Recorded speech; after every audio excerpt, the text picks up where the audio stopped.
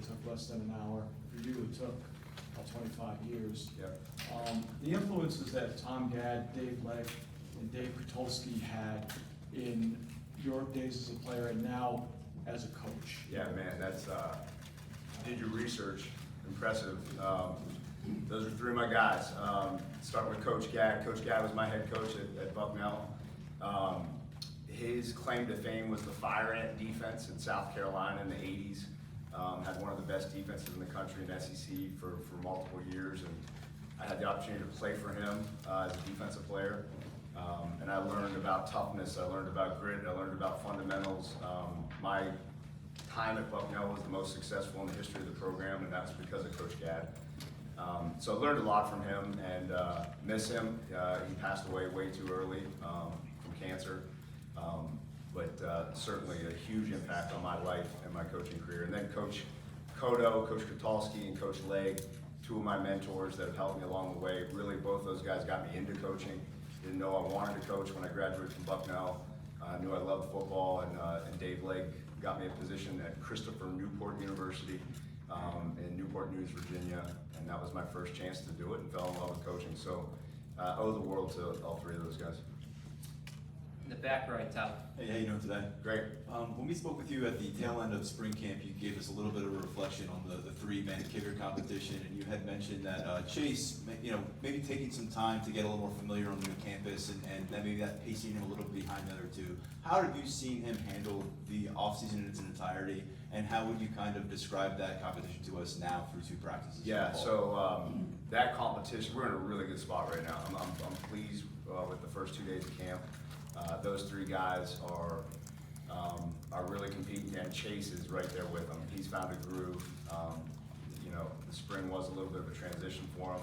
He's dealing with some minor injuries, but all three of those guys, and we've got a good problem right now in that room, and we just need them to continue with their consistency through camp, and we'll see what happens in the next couple of days. In the back center, Zach. Hey Coach, hope you're doing well. What can you say about your options at punt returner? Daquan Hardy provided a lot of spark at the position a season ago. What options are available, and who can you say that stood out in your mind to take over that job? Sure. We've, I would say Caden Saunders right now is the clear leader in the clubhouse.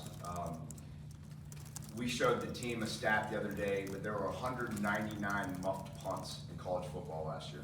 So it starts with catching the football. It starts with having range and not allowing a ball to bounce down the field. And Caden gives us both of those. And I don't mean to discredit his playmaking ability, but he is solid as can be in those first two areas. So he's the clear leader right now. However, we've got some names that pop out that are working back there: Anthony Ivy, Quentin Martin, Josiah Brown, some of the younger guys, Tyseer Denmark, all that have the potential to be dynamic back there as well. So again, a lot of depth, but right now the veteran back there is how we feel is the best move right now. Back left court, Andrew. Coach, back here in the corner, you mentioned, obviously kicker competition, but we saw specialist preseason watch lists come out this week, and Chase is one of those guys who's honored. How does that affect kind of the inner workings of how the guys interact with each other in terms of this competition? As some random people say, okay, Chase is the guy, but you're like, okay, well, we're still open. Yeah, you'd like to say zero. I mean, it's a competition, and I think specialist, kicker, for example, is when you're evaluating other positions on offense, defense. Quarterback's an obvious one. O-line in any team. There's so much gray. There's so much subjectivity in making those decisions on who's going to be the starter. At place kicker, it's not as difficult. We're charting every kick.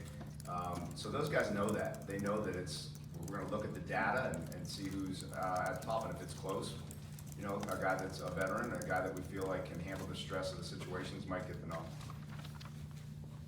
Giving a mic here to Rich, right here in the front. Justin, what are the plans for returning kicks? Is it going to be Nick Singleton again?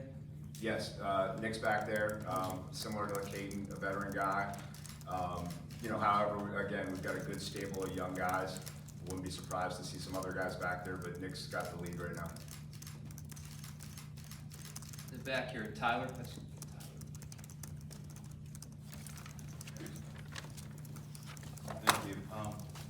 tap into your other roles with the team too. Talk a little linebacker. Tamir Robinson is somebody that James brought up earlier today as someone who has flashed physically in development. And then we heard some buzz about him in spring ball. Can you tell us what you've seen from his progression as a year two guy? I know you weren't around for his freshman year. Sure, yeah. That's one of the nice things about being new too, is having a blank slate when you're evaluating personnel on the team. And Tamir has been, number one, he's a guy that's working his tail off, that studies, that wants to be really good. And, you just see him, he's got the length, he's got the athletic ability. In the special teams room, I know you asked defensively, but I think it correlates to defense.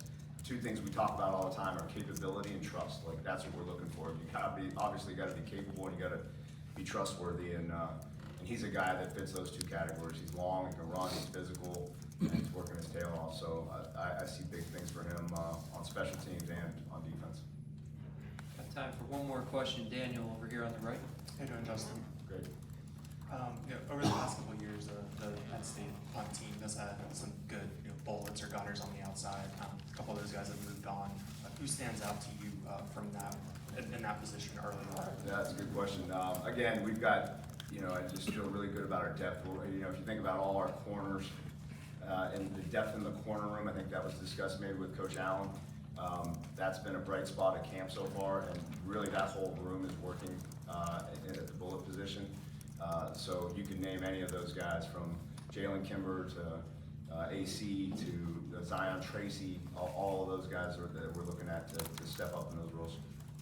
Thank you very much, Justin. Appreciate it. All right, thanks. Thanks, guys. Appreciate it.